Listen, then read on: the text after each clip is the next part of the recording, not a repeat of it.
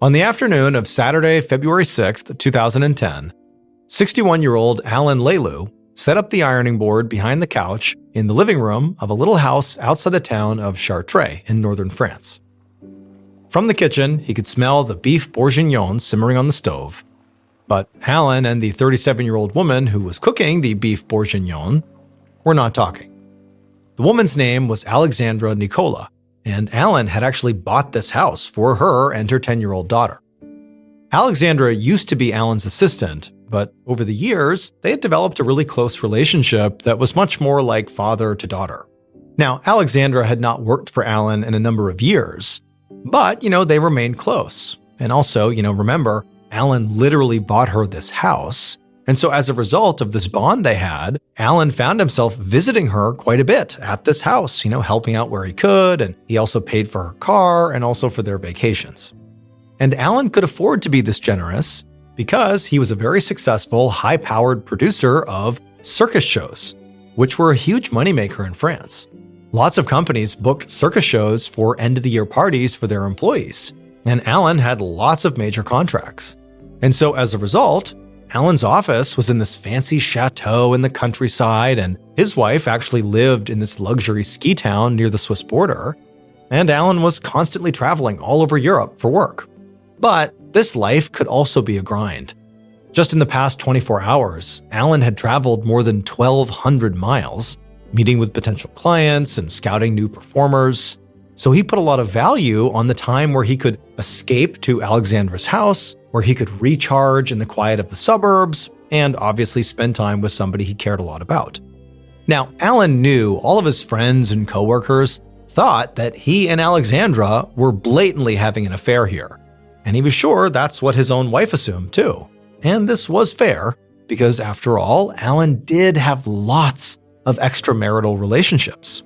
He also engaged with sex workers all the time, and he really didn't even try to hide any of it. He and his wife, Elizabeth, they lived in separate homes, and they sort of had this understanding that she can have this life, and he can have this life in exchange. However, Alan's relationship with Alexandra really was different. It had always been platonic. They'd never even kissed or held hands. Alan had no kids of his own, and he genuinely enjoyed playing the role of, doting father and grandfather to Alexandra and her daughter respectively. But now they were in this big fight, and Alan was anxious to repair it. Alexandra's daughter was out of the house for the weekend, so he and Alexandra had planned to have this nice dinner tonight before Alan had to head out again on business on Sunday afternoon.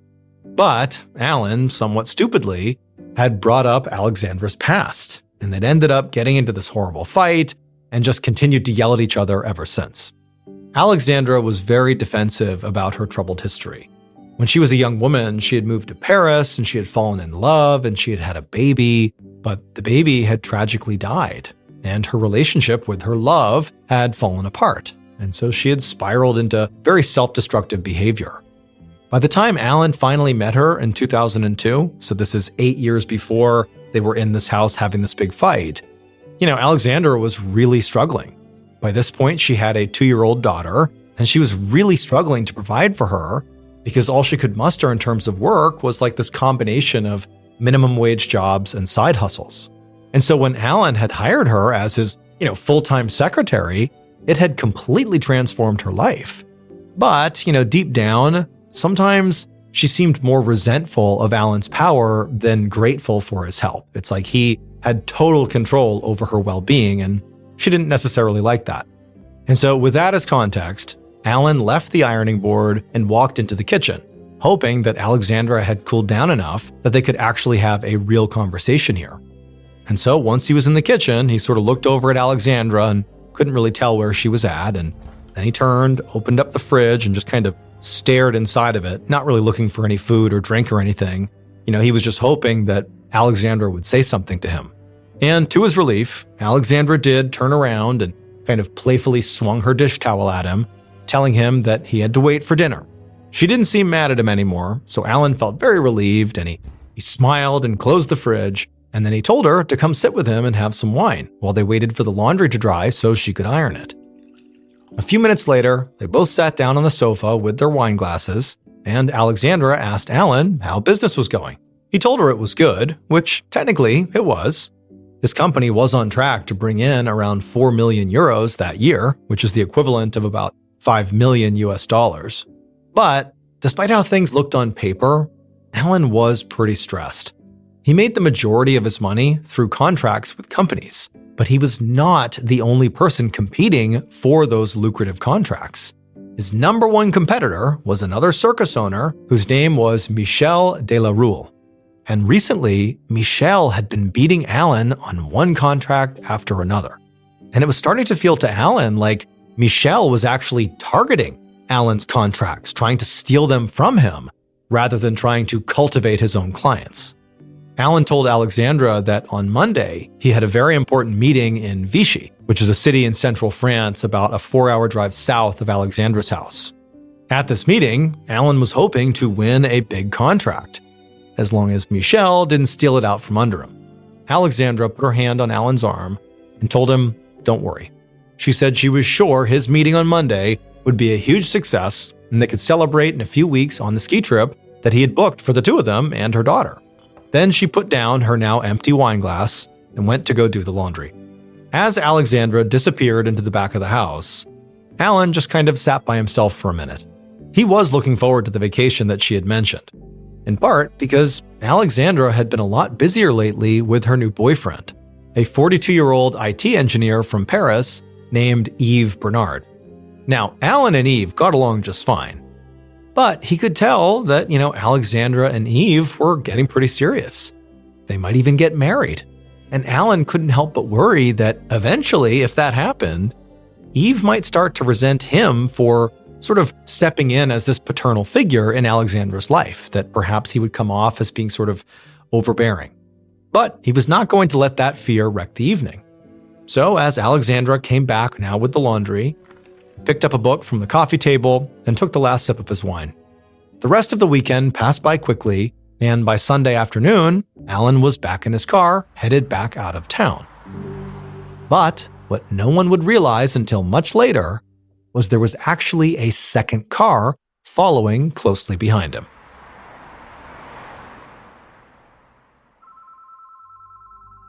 The following day, on the morning of Monday, February 8th, Alan Lelou's wife, Elizabeth, was drinking a coffee inside her home in the mountains when her phone rang.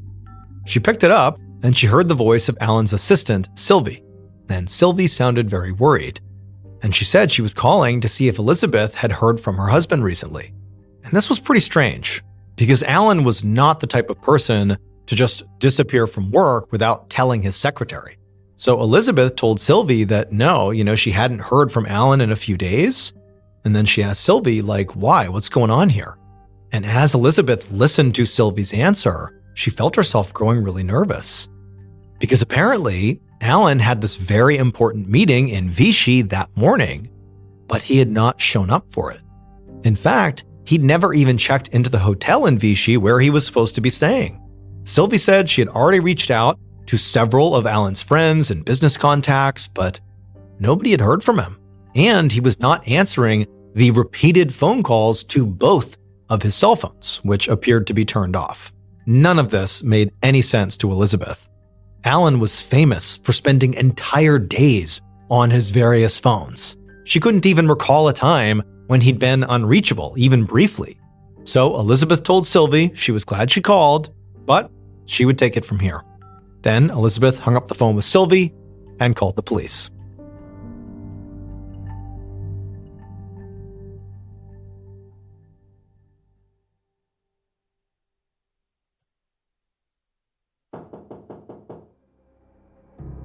A week and a half later, on February 19th, a young police officer knocked on the front door of a little house outside the town of Chartres in northern France. Now, up until this point, Alan's case had been treated as a simple missing persons case, with the local police in Alan's wife's hometown handling the inquiry, which was pretty basic. But now, enough time had passed without Alan being found and no evidence coming in, that the original report had been kicked over to the crime division because they were thinking this could potentially be a kidnapping or something worse. This young officer was here at this home because it was the last place Alan was known to be before he went missing. The door of the home opened, and a thin blonde woman looked out. The officer asked her if her name was Alexandra Nikola, and she said yes. When he explained to her why he was there, Alexandra looked immediately concerned and invited him inside. And as she led him into her living room and offered him a seat on her couch, the officer looked around, taking stock of the space. It was clean, but a bit cluttered, with toys that appeared to belong to a young girl scattered about. The officer scanned for any signs of a physical fight or violence of some kind, like damage to the walls or the furniture, but there was nothing that stood out, nothing concerning. Alexandra began asking the officer pretty anxiously all these questions about, what was going on with Alan. Was he hurt? Was he in some kind of danger? Like, what do you know? But the young officer just shook his head and said, for now, they really didn't know much. He was just here to try to build a timeline of Alan's last known movements. And so speaking of that, he asked Alexandra to please walk him through what she remembered about her last interaction with Alan. The officer took careful notes as Alexandra began to rattle off all the details she could remember. She said that Alan was like a surrogate father to her, and he had come over on the evening of Friday, February 5th. He had been there on Friday, also on Saturday and Sunday, and then he had taken off on that Sunday because he had to go to Vichy for this big meeting on Monday. She told the officer that after he left for that meeting, she hadn't heard from him, but that was pretty typical. She said their relationship was not remotely romantic, it really was platonic. And, he didn't always check in the way, a spouse would. This is more like really close friends. The officer nodded while he wrote down what she said. Alexandra seemed very helpful and appropriately worried, but he was suspicious of the idea that she and Alan were not romantically involved at all. So, before he left, he asked to see the rest of her house, in part just to see what her reaction would be. If she said no or got defensive, he would probe a bit more deeply. But she immediately agreed, and she actually took him all around the house, showing him anywhere he wanted to go. And what he found is the rest of the house seemed just as normal as the living room and the entryway. She eventually brought the officer back to the door and promised him she would call if Alan reached out. And so after leaving Alexandra's house, to be thorough, the officer actually went door to door up and down Alexandra's street, asking her neighbors what they remembered about that particular weekend and over the past several days, seeing if there was anything that contradicted what Alexandra had said. But everybody, more or less, confirmed Alexandra's story. Alan was indeed a regular visitor in the neighborhood, and several people did remember seeing him on the weekend in question and said that really nothing had seemed off. So eventually, the officer just left and went back to the station, and when he got there, he wrote a report highlighting Alan's last known destination of Vichy. Over the next week, police in Vichy, as well as in the ski town where Alan's wife lived, followed up on the loose threads of the investigation. They pored over Alan's cell phone history and his bank account and credit card transactions, which all showed no activity after he left Alexandra's house on February 7th. They also spoke to his business connections and his friends, but no one had heard anything. And they even put in a request to the car company Audi for the GPS data that was stored in Alan's car, which was an Audi Q7. Now, the investigators knew it was entirely possible that Alan had chosen to disappear. I mean, he was very wealthy, he had lots of connections. That was a possibility, that he had basically chosen to be gone. And if that was the case, it would be pretty difficult to find him. However, it was a lot harder to hide a car that logged all of its travel data. And so whether Alan's disappearance was voluntary, accidental, or the result of foul play, the police knew finding his Audi was likely the best hope they had of knowing where to even look for Alan.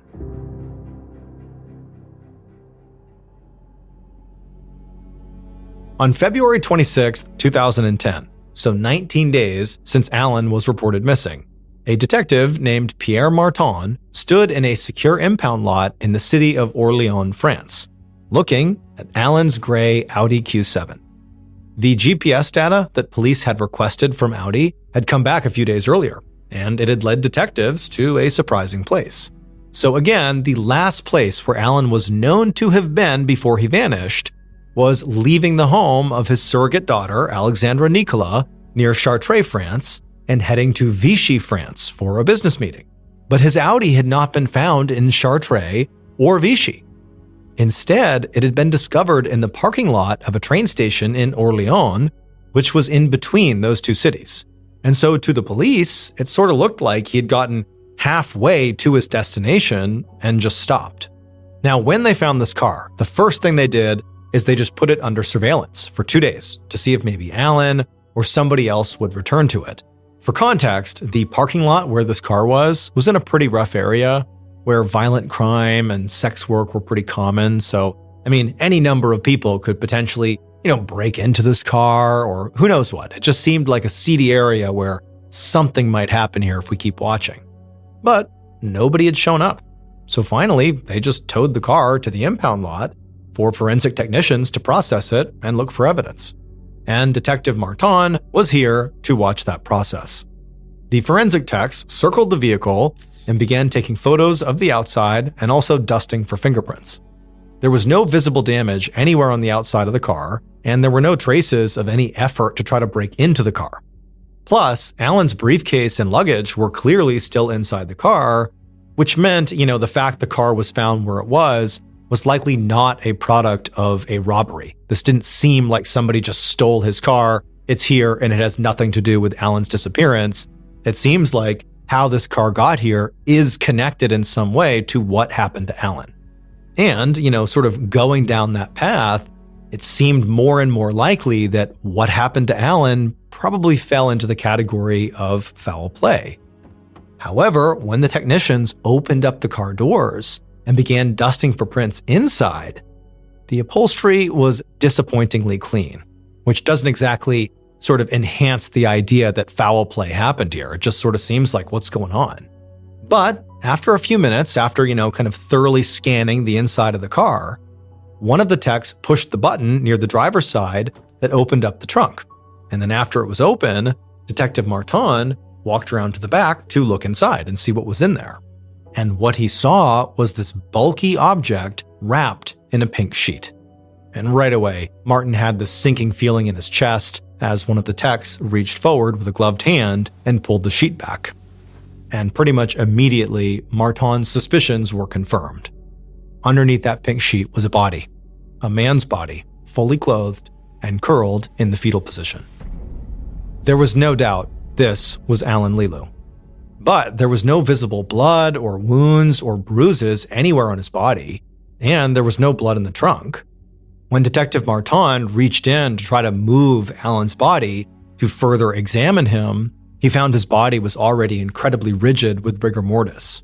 The coroner told Martin that she would hopefully have some answers for him after she did the autopsy.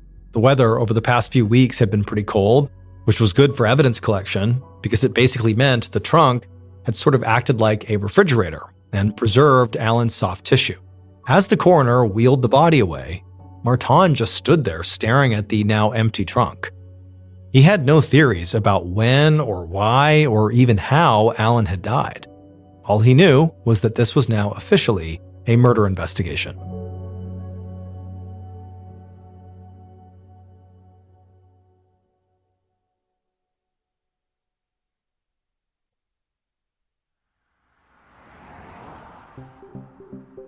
Detective Martin returned to his office at the police station and got to work. Since Alan's body was found in Orléans, he was now in charge of the murder investigation. His first step was to review all the witness statements and other evidence that had already been gathered by the other departments. And right away, the picture they painted told Martin that this was going to be a very complex investigation with lots of suspects and multiple locations. Alan was a workaholic who was always on the move, and he had no apparent connection to the city of Orléans, where he had ended up. In fact, he rarely seemed to spend more than a few days in the same place. He didn't live with his wife. Instead, he seemed to bounce between his office and a series of hotels, with stops at the home of a woman named Alexandra Nicola in between. According to reports, Alexandra had been interviewed, and she said that Alan was at her house the weekend before he disappeared. And so this made her the last person to see Alan alive, which, in Martin's mind, clearly made her a suspect right off the bat. However, Alexandra's story about Alan leaving her house on Sunday, February 6th, matched up with the data Martin had from Alan's car, cell phone, and credit card records, which all showed that Alan really did leave her house and went to Orleans on that day, and then, for reasons unknown, stopped communicating or spending money. Maybe that was the day he was killed. Right off the bat, like the police officer who originally visited Alexandra and took down her original story, Detective Martin found it pretty hard to believe that her relationship with Alan was not romantic. It just seemed like, based on how frequently they apparently saw each other and the fact that Alan was buying her things and, bought her house and paid for vacations and things like that, it just seemed like there was more to the story than what he had been told.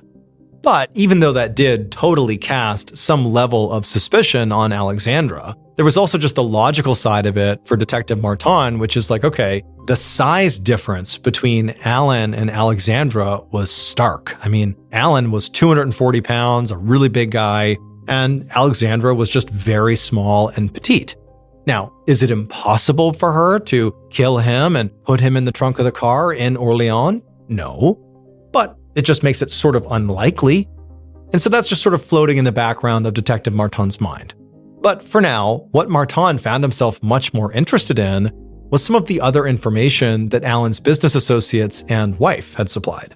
First off, Alan apparently had lots of affairs with lots of women. And so that meant every one of those women, and any husbands or boyfriends or other romantic partners of any kind connected to them, were also suspects. It also meant that Alan's wife, Elizabeth, had a motive to want her husband dead. I mean, basically, he's cheating on her openly all the time. That's got to be motivation for her to do something to him. Now, Martin didn't think that Elizabeth literally would have done the killing herself, because she was actually 400 miles away at her home when her husband died. But she certainly had the financial means to hire a hitman. And the second thing that Detective Martin got from the associates and from Alan's wife was Alan's business dealings were both very high stakes and very ugly. Alan's employees and colleagues clearly respected him, but they also described him as a very tough boss and a ruthless business person.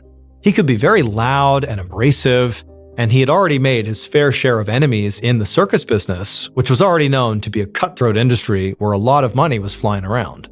And so because Martin had been handed this murder investigation, and really there's like an overwhelming number of people that could have been involved here, instead of just, not being sure where to start, Martin just assembled a team of his very best deputies, and they set to work literally re-interviewing everybody, and from that, making a list of suspects that they deemed were appropriate.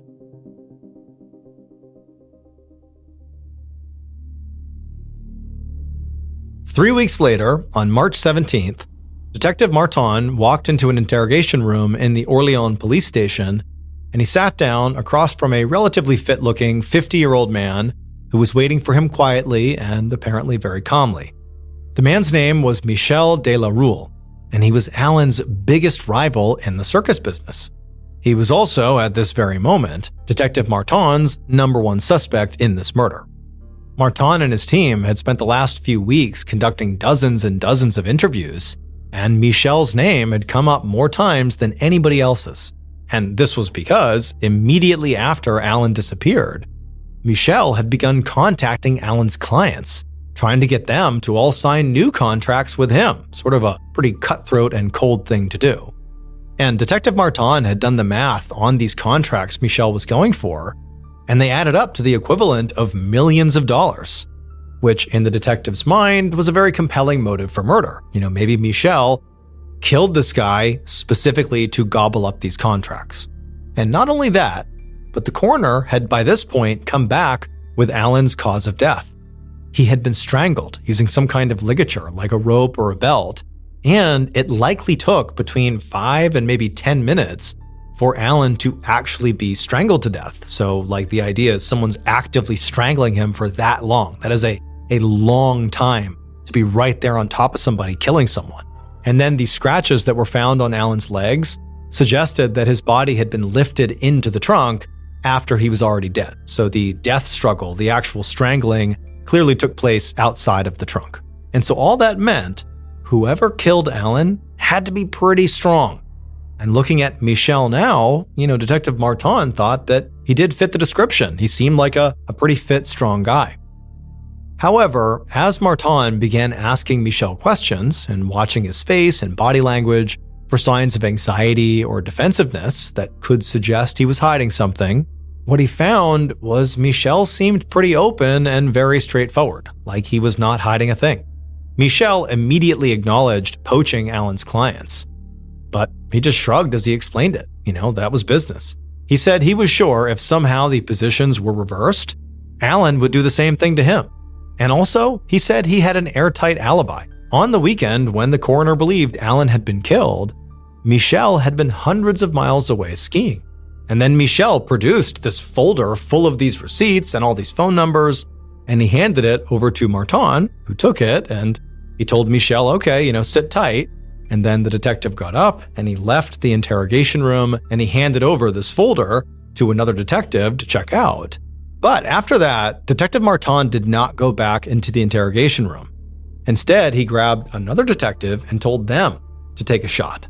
The idea was to sort of have a good cop, bad cop sort of dynamic to see if maybe that would rattle Michel.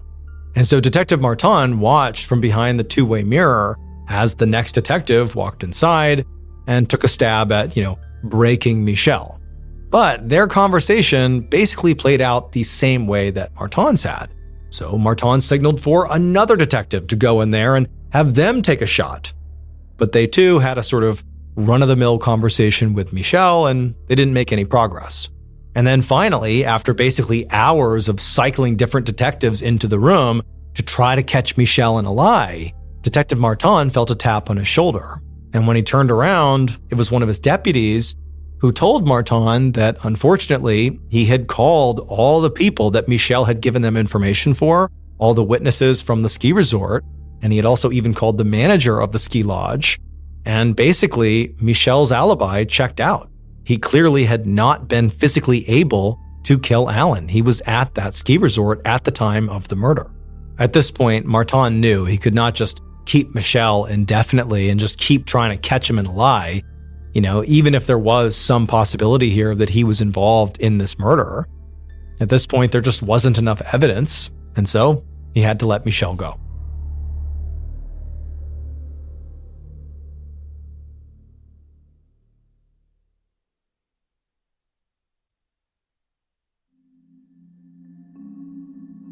A few days later, Martin was back at his desk combing through reports when a uniformed officer came up and told him there was somebody at the front desk who really wanted to talk to him. And this was exactly the kind of news that Martin had been hoping for. He had recently put out a statement to the local papers basically saying, hey, if there are any witnesses out there, please come in and talk to me. And he hoped that whoever this was potentially a witness. And so Detective Martin followed the uniformed officer out to the lobby, and there, he saw the person who had come in to see him. It was this man who appeared to be in his early 50s, who was dressed all in black with these shiny black shoes and glasses. And Martin wondered if maybe this was a business contact of Alan's. And as he went up to shake the man's hand, he sort of felt himself getting excited. But then this man introduced himself, and when he did, Martin had to resist the urge to just turn around and walk away right there. Because the man said his name was Remy Saint-Touren, and he was a professional psychic. Martin did not believe in psychics, and he was annoyed with the police officer for even bringing him out here to meet this person.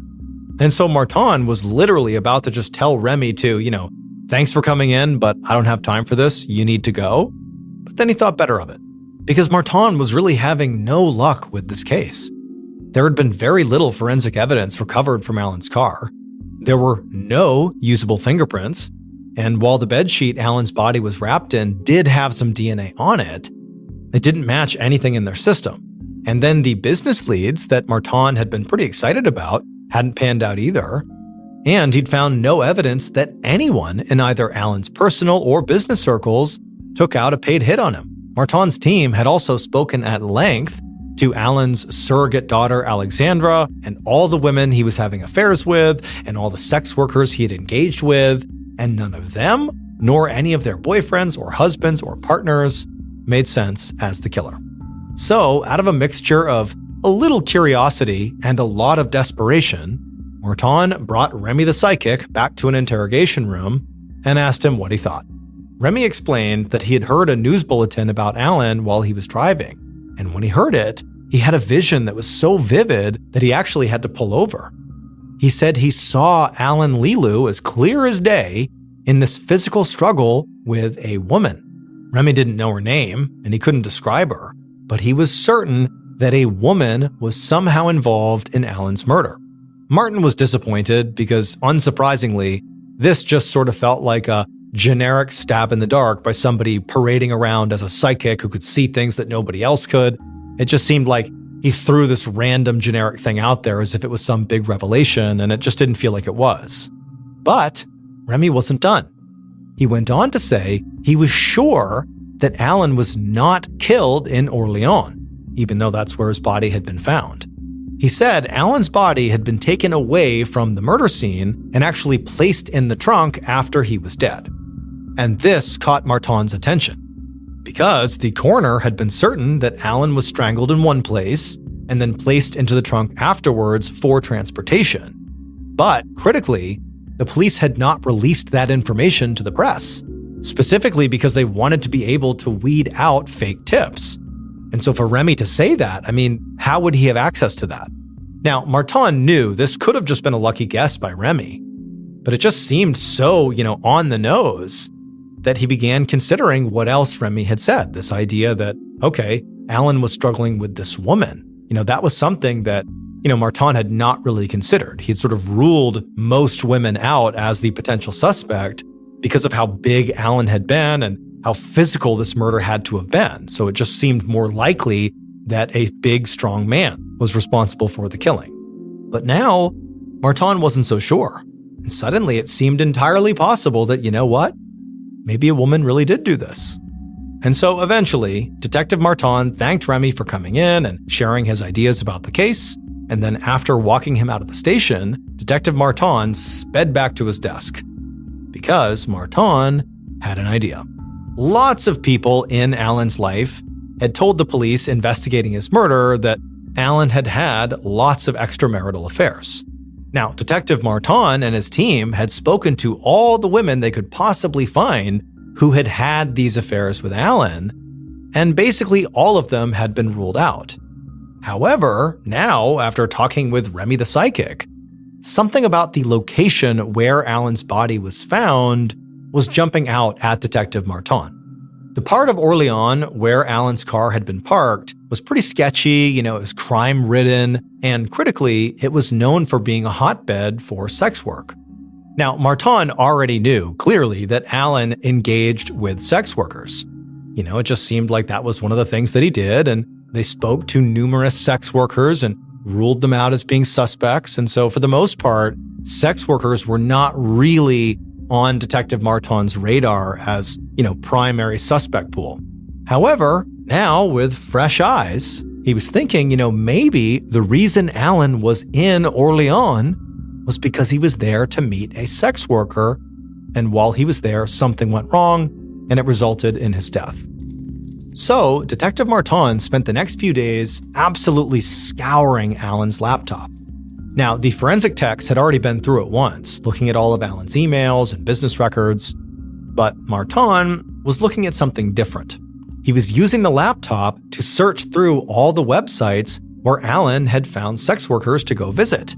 Basically, what he was doing is making a true exhaustive list of every single sex worker he had ever really engaged with. So this is an even bigger list than they had before.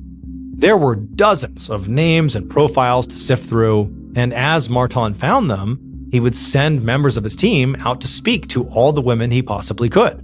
But as he was doing this, Detective Martin discovered that really none of these sex workers that Alan was engaging with had any connection to Orleans, and they also did not appear to have any real issues with Alan himself, at least based on the messages that were on his laptop. However, as Detective Martin dug deeper and deeper into this laptop, going further and further back in time, he eventually came to one new profile, this woman named Marie Eve. And when he took in who this woman was and got a picture of her and saw her information, he knew right then and there he had solved the case.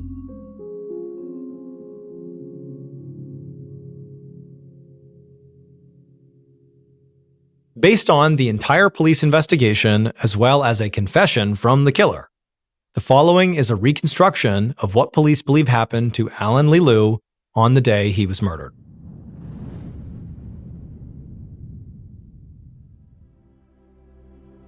The killer found themselves standing behind Alan, and inside they were burning with rage. Alan seemed to think he was so much better than the killer, just because he was this powerful businessman, and the killer was just a sex worker. And the killer had tolerated Alan's behavior because, Alan had money. But now, Alan had pushed it too far, and the killer felt like they had to shut him up for good. Alan's belt lay nearby, and impulsively, the killer grabbed it and lunged forward and looped the belt around Alan's throat. And at first, Alan struggled. He reached up, he's trying to pull the belt off, he has no idea what's happening, but the killer just held on tight. And for several minutes, there's this unbelievable death struggle going on, and Alan, he's fighting. He's a big guy, and he's getting close to pulling this thing off, but then something sort of unbelievable happened. The killer had sort of braced themselves against an object behind them, and so their back is up against it, and they're pulling as hard as they can with this belt against Alan's throat. And as they're leaning back, the object they're up against suddenly broke. And because, the killer didn't let go of the belt and is applying max pressure, when they fell backwards, it created almost like this whiplash effect. Their body tumbles, and all that force is driven into Alan's throat. And what happened is that sudden whiplash crushed Alan's larynx, and he immediately went still. And so just for good measure, the killer held on for a couple more minutes, pulling as tightly as they could across his throat, really ensuring that Alan was dead. And when Alan did not move at all, eventually the killer let go of the belt and stood up, their heart pounding, just sort of taking in the scene. Then, as reality began to set in for the killer, they realized they needed help getting rid of this body. This is a huge guy. How are they going to get rid of it on their own? So the killer called their accomplice. And the accomplice was hundreds of miles away in a ski resort, but they immediately told the killer to wait and they would drive to them.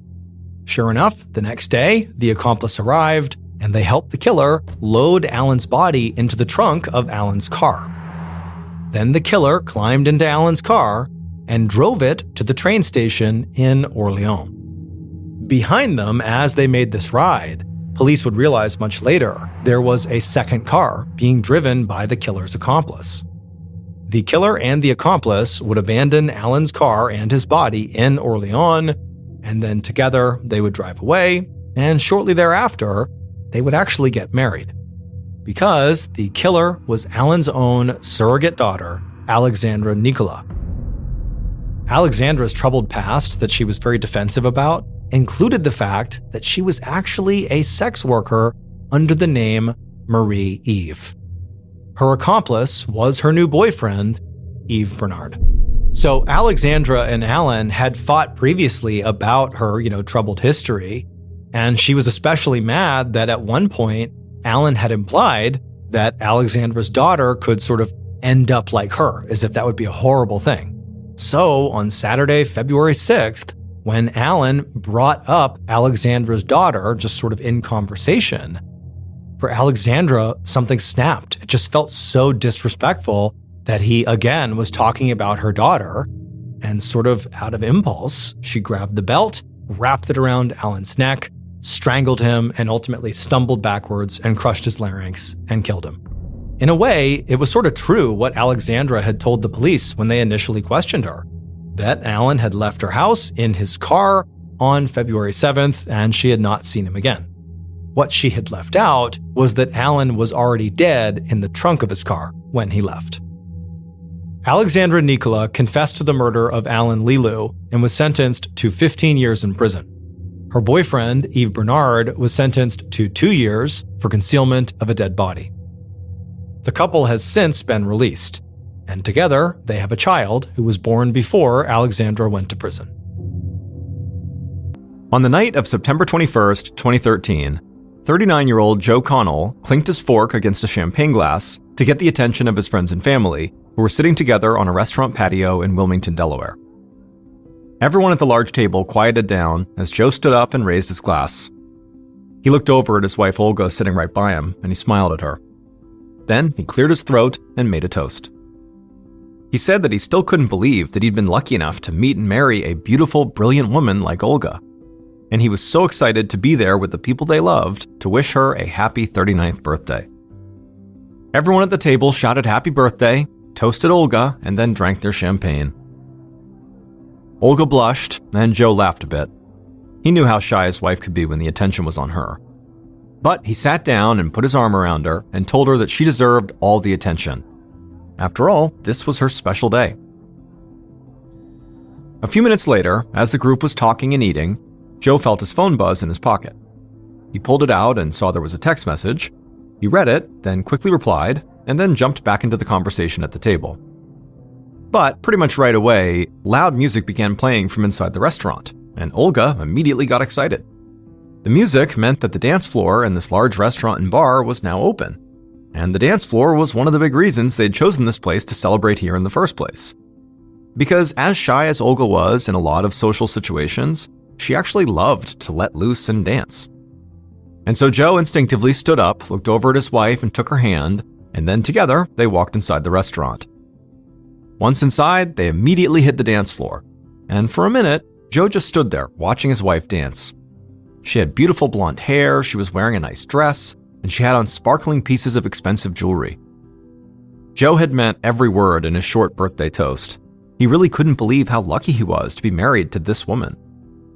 The couple had met online about 3 years earlier, when Joe was just coming out of the craziest and most difficult period of his life. Joe had gotten into this drunken brawl and ended up pulling out a gun, and the police got involved.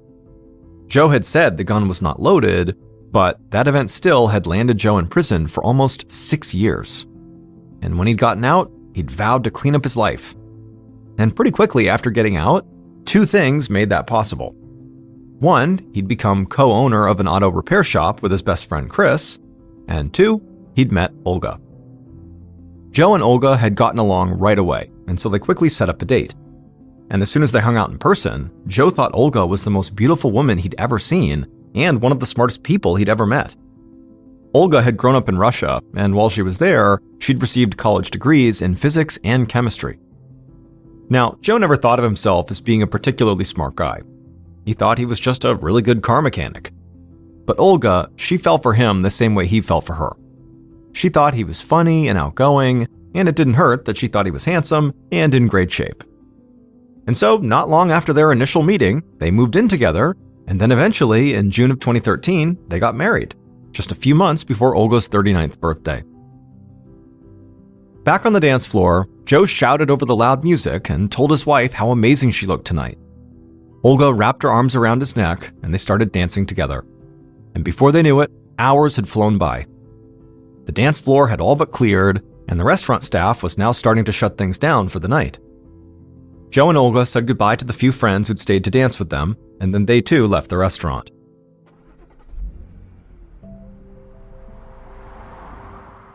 On the drive home, Joe and Olga talked and laughed, still wired from their night out. But at one point, Joe got this sad look on his face, and Olga asked if something was wrong. Joe shook his head and said he was just sorry that his little sister Kelly hadn't been at the party. Olga didn't say it, but she knew that Kelly hadn't just missed the party. Kelly had not been invited. Because Joe and his younger sister were in the middle of a full-on feud, and they had completely stopped talking to each other. And as much as it upset Joe not to have Kelly in his life anymore, he could not bring himself to reconcile with her. But Olga didn't want anything to spoil her perfect birthday, so she quickly changed the subject. And within a few minutes, Joe was laughing again.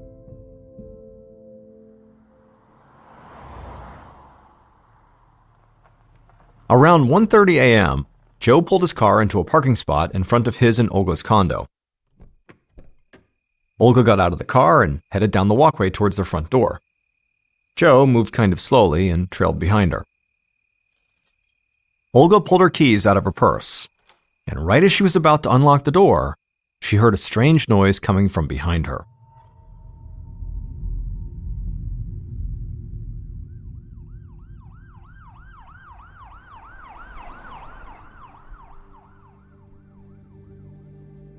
Not long after that, Officer Kelly Richards of the Newcastle County Police Department got out of her cruiser and headed up the walkway towards Joe and Olga's condo. Just a few minutes earlier, emergency dispatch had been flooded with calls from people in the surrounding condos saying they had just heard gunshots, and one caller had been sure he could see a body. Richards was the first cop on the scene, but she saw paramedics crouched down by the front door of the condo, furiously trying to help someone who was on the ground. Richards approached, and she saw there was an unconscious blonde woman in a dress laying there. Blood was pouring from the woman's cheek and head onto the concrete, and Richards thought it looked like she'd been shot. The woman was still breathing though, but just barely. Richards saw there was a ring with several diamonds in it on the woman's finger. So Richards' first thought was that the attacker must not have been here to rob this woman. Officer Richards saw more paramedics rushing down the walkway with a gurney, so she moved out of the way. But as Richards watched the paramedics wheel this woman to a nearby ambulance, she realized something strange. Richards knew this woman. Suddenly, Officer Richards looked around and really took in the condo and the surrounding area, and then it hit her. This woman, who was being rushed to the hospital, was Olga Connell. Less than 2 months earlier, Officer Richards had worked a burglary case at this condo because someone had broken in and stolen a bunch of Olga's expensive jewelry. Just then, Richards heard cars screech to a stop in the parking lot, and it sort of snapped her out of her daze. She saw several police officers coming her way, looking at her expectantly, and she told them they needed to do a sweep of the area. And it didn't take long before Richards heard one of the officers calling her name. She saw the officer crouching down near some bushes a few yards away from the front door, and so Richards walked over and joined the officer. And there, half hidden by the bushes, she saw the body of a man who had been shot multiple times, and it was clear he was already dead. Officer Richards knelt down and shined her flashlight to get a clear look at the man's face, and right away she recognized him too. This was Olga's husband, Joe. Officer Richards had met with him several times during that burglary investigation. Around this time, Officer Richards looked over and saw the lead investigator, Detective Jamie Leonard, getting out of his car. Richards got up and walked over to him, but before she could say anything, Detective Leonard told her that he'd just gotten news that the woman who'd been found at the scene here had died on the way to the hospital. So they were now dealing with what looked like a double homicide. Officer Richards said she knew both victims. Their names were Olga and Joe Connell, and their condo had actually been robbed back in July. But Richards said that wasn't all. While the police had never arrested anyone in connection with that robbery, Joe Connell had suspected he knew who robbed them. And police had even interviewed this person. It was Joe's own little sister, Kelly.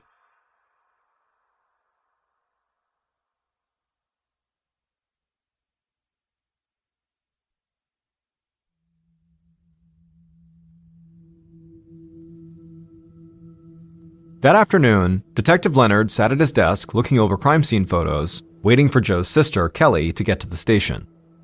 And as he looked at photos of Olga laying by the front door and Joe laying several yards away in the bushes, he had a theory that he just couldn't shake. Leonard had spent the entire morning with Officer Richards and a few others combing the area around the condo, and a couple of things had stood out to him. The first was that the bushes where Joe's body had been found were littered with 9mm bullet casings. However, they also found .22 caliber casings on site, and the report Leonard had received from the hospital where Olga had been taken stated that her bullet wounds had come from a .22. Now, Leonard knew it was possible that the killer could have just had 2 different guns on them. But based on how far apart the bodies had been found, he thought it was more likely that there had been 2 shooters at the scene, one to kill Olga and one to kill Joe. And if that was the case, Leonard thought there was a good chance that these murders had been planned, and that they were not the result of some kind of spur-of-the-moment argument or anything like that. Detective Leonard's door opened and an officer stepped inside. He told Leonard that Joe's sister Kelly had just arrived and was waiting in one of the interview rooms. Leonard put the crime scene photos back in a folder, put on his suit jacket, and then walked out of his office. Detective Leonard reached the interview room, went inside, and sat down at a table across from Kelly. And right away, his first impression was she looked like she hadn't slept all night. Joe and Olga's immediate families had all been informed about the murders, but since Olga's family was in Russia, Joe's parents and his two siblings were the ones dealing directly with the police, and Leonard knew that could take a toll on someone. So he started the interview with what he thought was a simple question. What was Kelly's relationship with her brother Joe like? But just hearing this question sent Kelly into a total breakdown. She began sobbing and she struggled to catch her breath. She said that she and Joe had actually been fighting and had stopped talking to each other. But now he was dead, and so she'd never get a chance to talk to him again. Detective Leonard just sat there quietly and let Kelly cry for a few minutes. As far as he could tell, Kelly was truly upset about the death of her brother. But Leonard also knew that didn't necessarily mean she was totally innocent. When Kelly finally composed herself and said she was okay to continue, Detective Leonard laid everything out. He told her he knew about the burglary at Joe and Olga's condo, and he knew she, Kelly, had been interviewed by police in connection to that crime. He also assumed that that's why she and her brother had stopped talking to each other. But Kelly said no, that her and Joe had actually started fighting before all that. And then Kelly leaned forward and began telling her story. And as she did, Detective Leonard just sat there thinking, this sounds totally insane. Kelly told the detective that years ago, her mother had given her the most beautiful ring with a bunch of diamonds in it. The ring was a family heirloom, and her mom had wanted to pass it on to her only daughter. Kelly had treasured this ring and dreamed of it being her engagement ring someday. Then, a few months ago, Kelly's mother had asked if she could borrow the ring so she could wear it on a trip she was taking. Kelly said of course. After all, it had been her mother's ring for a long time before Kelly got it. However, when her mom had returned the ring, Kelly knew right away that something was wrong. The ring looked different. So, on a hunch, Kelly had brought the ring to a jeweler, and the jeweler said there were no diamonds in this ring. There were only cubic zirconias. Cubic zirconias are cheaper stones that are often used to imitate diamonds. Kelly told Detective Leonard that she'd been really confused at first. But pretty soon, everything clicked when she heard that Joe had given Olga this beautiful engagement ring with several diamonds in it. And so Kelly got in touch with Olga, wanting to know if those diamonds had come from her family heirloom ring. Olga had said she had no idea what Kelly was talking about, but it hadn't taken long for Kelly to get her mom and Joe to admit what they had done. They had taken the diamonds out of Kelly's ring when she lent it to her mother, put those diamonds in a new ring for Olga, and put cubic zirconias in the original, gave it back to Kelly, and just hoped Kelly wouldn't notice. At this point, Kelly stopped talking. And at first, Detective Leonard really didn't know what to say. This was like the plot twist of a heist movie or something. But he quickly got back on track. He asked point blank if Kelly had broken into Joe and Olga's condo to try to steal the diamonds back, or to steal other jewelry to get back at Joe for what he'd done. At this point, Kelly broke down again. She said she had nothing to do with the burglary. And as angry as she was, Joe was still her brother, and she loved him. Leonard wrapped up the interview by asking Kelly where she had been when Joe and Olga had been killed. And Kelly said she'd been home alone. She knew that was not a great alibi, but it was the truth. After the interview ended, Leonard considered Kelly to be a major suspect, but he didn't have any concrete evidence to hold her, so he had to let her go. The detective had not slept in a while, but he had no intention of stopping anytime soon. And after Kelly's crazy story, he wanted to talk to someone outside of the family about Joe, someone who would not have been mixed up in the family feud and who hadn't swiped any diamonds. So Leonard headed across town to Joe's auto repair shop.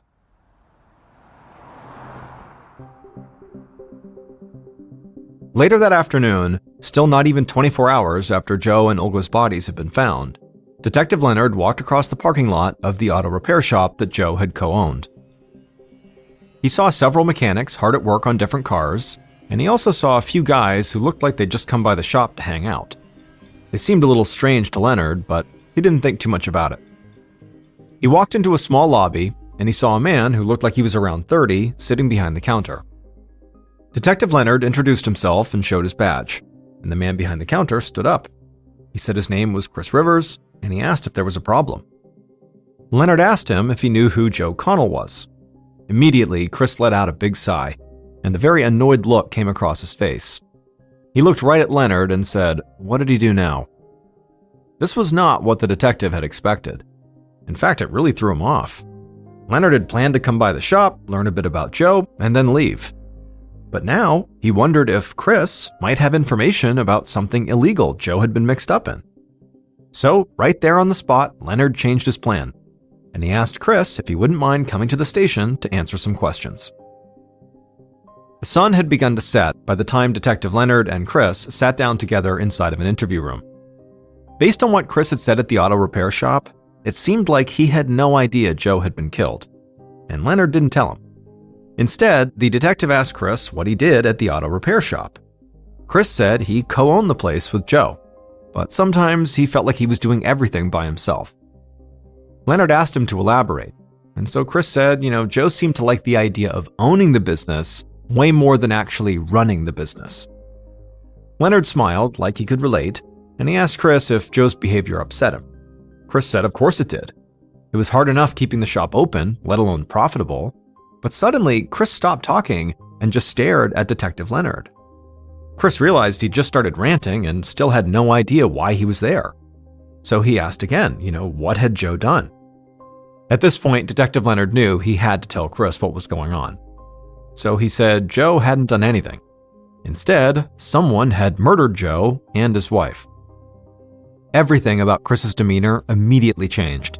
His face went blank and he looked kind of pale. He started shaking his head. He said there was no way. Joe couldn't be gone. But Leonard said it was true. And right away, Chris got mad at himself. He couldn't believe he'd just trashed his best friend like that because of some stupid work stuff. Just like Leonard had done with Kelly, he let Chris sit there for a while and collect himself. Then, at some point, when there was a lull, the detective asked Chris when the last time he had seen Joe was. Chris said he had seen Joe the day before at work. But after he said that, Chris suddenly paused like something had just hit him. He told Leonard somewhat emotionally that he was actually supposed to go to Olga's birthday party the night before, and he had gone to the restaurant, but when he was outside, he realized he had left his wallet back at the shop. He was already feeling annoyed that he'd had to work late, so instead of going to the party and seeing his friends one last time, he had just bailed, gotten his wallet, and headed home. And now he felt really bad about it. And so Detective Leonard asked a few follow-up questions about Chris's relationship with Joe and with Olga and how they met each other and things like that. And then eventually, Detective Leonard said he had just one more question for the time being. He asked Chris, when they had first met, why had he assumed Joe had done something that would have gotten him in trouble with the police. Chris took a breath and then said he had never told anyone this, but he knew that Joe was a big-time illegal steroid user. That's how he stayed in such great physical shape. However, Chris said over the past several months, Joe had gone from just using steroids to dealing them.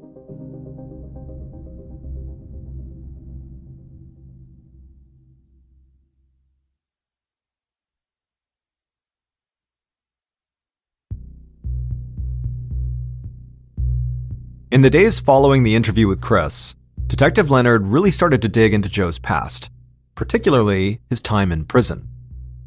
Leonard and his team met with prison staff and people who'd been on the inside with Joe, and a lot of them said the same thing. When Joe was in prison, he had become very good friends with his cellmate, who was a member of a motorcycle gang called the Pagans. And Detective Leonard knew all about the Pagans. They were directly connected to the drug trade in Wilmington and in cities across the East Coast. So he wondered if maybe Joe had gotten mixed up with the gang after he had gotten out. Maybe he had made them angry, or took too much money on a drug deal and they retaliated. So Leonard methodically tracked down members of this gang and asked them if Joe Connell had been dealing drugs for them. Now, most of the members admitted to knowing Joe, but getting any information beyond that proved to be very difficult. This didn't surprise Leonard because drug-dealing members of motorcycle gangs were not really known for talking to the police. But at the end of September, so about a week after the murders, Detective Leonard was sitting at his desk when an officer walked in with a strange look on his face. The door opened wider, and this huge, intimidating guy in a black leather jacket walked inside. And Detective Leonard couldn't believe it, because this man was one of the leaders of the Pagans. The leader sat down and told the detective that he was not there to try to protect himself or anybody in the biker gang. He was just there to set the record straight. He said that Joe had been a very good friend, and he was still shocked that somebody had killed him, but he told the detective that Joe had absolutely nothing to do with any drug deals the Pagans might be involved in. Joe was just a great mechanic who loved riding and working on motorcycles. Now, Detective Leonard knew how utterly bizarre it was that this man had 1. Chosen to set foot in the police station, 2. Actually speak to a detective, and 3. Not even try to hide the fact that he had connections to the drug world. And so by the time this leader left, Leonard couldn't help but feeling like he must be telling the truth. Still though, the detective was not ready to just drop the drug lead altogether. Leonard did think Joe's sister Kelly was still a major suspect, but Olga had been wearing her diamond ring when she was found, so this being some kind of a drug-related hit, as opposed to a robbery attempt, made more sense to him. And soon, as his team kept looking into Joe's past, they found a new drug-related lead. That lead was a man named Josh Bay. Josh was a known drug dealer in town, and he had even worked as an FBI informant. But for Detective Leonard, the most important thing about Josh was that he seemed to spend a lot of his free time just sort of hanging out at Joe's auto repair shop. On October 4th, 2 weeks after the murders, Detective Leonard brought Josh Bay in for an interview. But it quickly became clear that this young man was not going to be all that helpful. In fact, Josh at first tried to play off that he didn't even know Joe or his business partner Chris. When Leonard pointed out that police had plenty of evidence that said he did know both men, Josh simply changed his story. He admitted he knew Joe and Chris, but only as the guys who worked on his car. Leonard pressed Josh, but it got him nowhere. Josh said he knew nothing about drug deals involving anyone at the auto shop, and he said he had no connection to Joe and Olga's murders. The detective didn't really believe anything Josh said, but he'd have to find proof that Josh was lying. So Leonard let him go, frustrated that he had good leads, but no clear evidence pointing to any of them.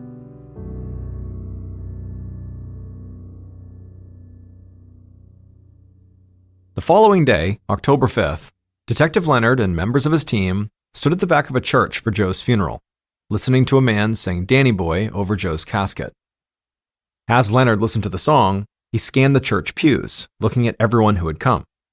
And one thing stood out. Most of Joe's friends and family clearly believed Joe's sister Kelly was involved in the murders. Because nobody was speaking to Kelly. It was like the entire family was shunning her. Even though Leonard had leaned into Joe's potential drug connections over the past weeks, he had not crossed Kelly off his suspect list by any means. If she wasn't the one who had pulled the trigger, she could have helped plan the hit. And maybe she didn't want to rob Olga's diamond ring or her other jewelry because she knew that would lead police right back to her. So, standing there in the church, watching Kelly stand there uncomfortably, Detective Leonard wondered if maybe the murders were just a classic case of revenge.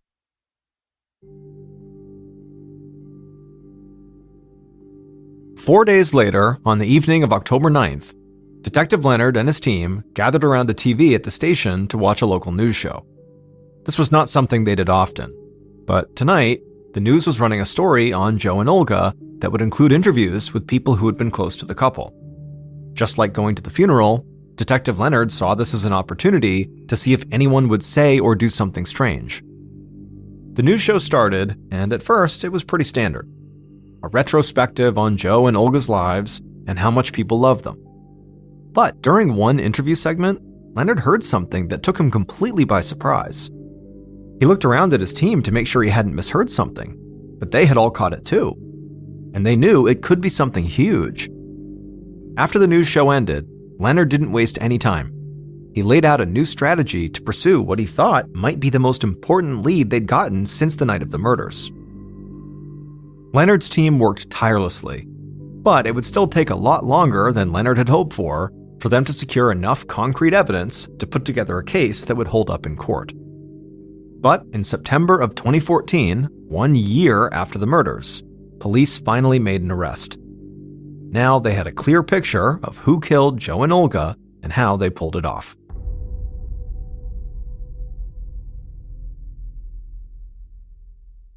Based on details from that news show, evidence found at the crime scene, and interviews conducted over the course of a year, the following is a reconstruction of what police believe happened outside of Joe and Olga's condo in the early morning of September 22, 2013.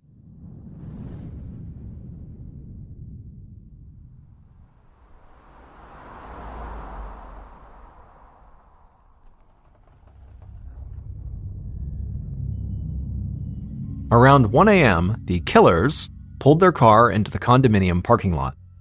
They wore all black clothes and black gloves. The driver lifted their shirt, pulled a 9mm handgun from their waistband, and checked to make sure it was loaded. The passenger did the same with their .22. The killers scanned the parking lot and the surrounding area. It was well lit, but it was clear. Nobody was there. The driver nodded to the passenger, at which point the passenger stepped out of the car and quickly ran over to some bushes just a few yards away. The passenger crouched down, hid in the bushes, and kept their eyes fixed on Joe and Olga's front door. At the same time, the driver shut off the engine and sat in the car, waiting. About a half hour later, around 1:30 a.m., a car pulled into the parking lot. The driver could immediately feel themselves tense up. They looked out and saw a woman wearing a dress getting out of the car and heading up the walkway towards the front door, while a man followed shortly behind her. After a steadying breath, the driver gripped their 9mm and then stepped out of their car. And at that exact moment, right as Olga and Joe had reached the front door, the passenger leapt out of the bushes where they'd been hiding, sprinted towards Olga, and fired off 3 quick shots at her. The bullets struck Olga in the head, cheek, and upper back, and she immediately crumpled to the ground, covered in blood. Joe, who was right behind her, screamed in horror, but as he ran towards his wife, the driver unloaded their 9mm from right behind Joe. He got hit multiple times, but he actually stayed on his feet. Joe stumbled forward and tried to run to the bushes, looking for any way out of here, but the driver pursued him and kept firing their gun. Joe took rounds in the chest, arms, legs, and the back of his head. Finally, he hit the ground and died in the bushes. The driver ran back to the car and climbed inside. The passenger was already there, panting and trying to catch their breath. The driver started up the car, threw it in reverse, and peeled out of the lot. A few minutes later, when the killers were clear of the condo, the driver eased off the gas and told the passenger to let the person who had hired them know that the job was done.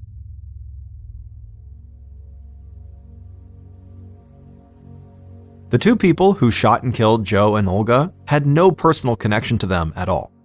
They had simply been hired to do a job by Josh Bay, the drug dealer who had hung out at the auto repair shop. But Josh had also been hired by somebody else to carry out these murders. And the person who had hired Josh, and who was behind setting all of this up, was Joe's own best friend and business partner, Chris Rivers. For all of Chris's talk about Joe using and selling steroids, police discovered that it was actually Chris who appeared to have a major drug issue, with opioids and cocaine. And Chris's drug habit had begun to take a huge financial toll on him. He was basically burning through all his money. But Chris believed he had found a solution for all his problems. Chris and Joe had taken out a joint insurance policy for the auto repair business. Essentially, this policy would pay out a large lump sum to one owner and give that owner full control of the company if the other owner and any other beneficiaries died. This meant that to get the payout and to take sole control of the company, Chris would not only have to get rid of Joe, he would also have to get rid of Joe's possible beneficiary, Olga. So Chris reached out to his drug dealer, Josh Bay, for help. He offered Josh a cut of the insurance payout to murder Joe and Olga. But Josh had no intention of actually pulling the trigger himself, so he subcontracted the job out to 2 hired killers he knew from his work in the drug trade. On the night of Olga's birthday party, Chris texted Joe. He said he was finishing up something at work, but he wanted to know how late they'd be at the restaurant, because he still wanted to come to the party. Joe texted back that they would be there late, most likely until around closing time. Chris would pass that information on to Josh, and Josh would let the hired killers know so that they could be waiting at the condo when Joe and Olga got home. As Joe's business partner, Chris had been a suspect, but the bulk of the early investigation focused on Joe's sister Kelly and also on the possible drug angle with the Pagans motorcycle gang. But when Detective Leonard and his team watched the news show about Joe and Olga, they heard Chris say in an interview that on the night his 2 friends got killed, he had worked late and then gone straight home. This is not what Chris had originally told Detective Leonard. Chris had told Leonard that he had first driven to the restaurant for the birthday party, realized he'd forgotten his wallet, and then left and went home. This little change in Chris's story was like a massive alarm going off inside of Detective Leonard's head. So he and his team shifted their focus and dug deep into Chris's personal life and financial records, and they eventually discovered Chris's money problems, his drug habit, and his direct connection to the drug dealer, Josh Bay. Chris was charged with double homicide and found guilty, and he received 2 life sentences. Josh Bay got a plea deal and was sentenced to 5 years in prison. As for Joe's sister Kelly, despite her feud with her brother, she had nothing to do with the murders, and no evidence ever surfaced that she was at all involved in that burglary of Joe and Olga's condo. They fade too fast. A flash of blue and gold, the stories we are told, but look beyond the street. The rhythm starts to meet a million miles away. Defining yesterday, are we just dust in motion, caught in the ocean? No hands upon the dial, we've got more than a while. Silence isn't empty, it's just pulling us toward the 23rd degree. Forget the ticking sound, look up at the ground we're standing on. Oh, we're riding the stardust on.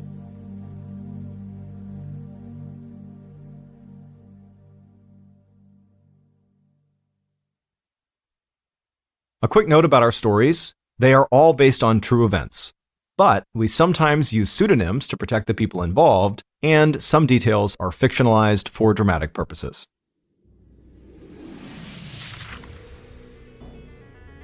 Thank you for listening to the Mr. Ballen podcast. If you enjoyed today's stories and you're looking for more bone-chilling content, be sure to check out all of our studio's podcasts. This podcast, the Mr. Ballen podcast, and also Mr. Ballen's Medical Mysteries, Bedtime Stories, Wartime Stories, Run Fool, and Redacted. Just search for Ballen Studios wherever you get your podcasts to find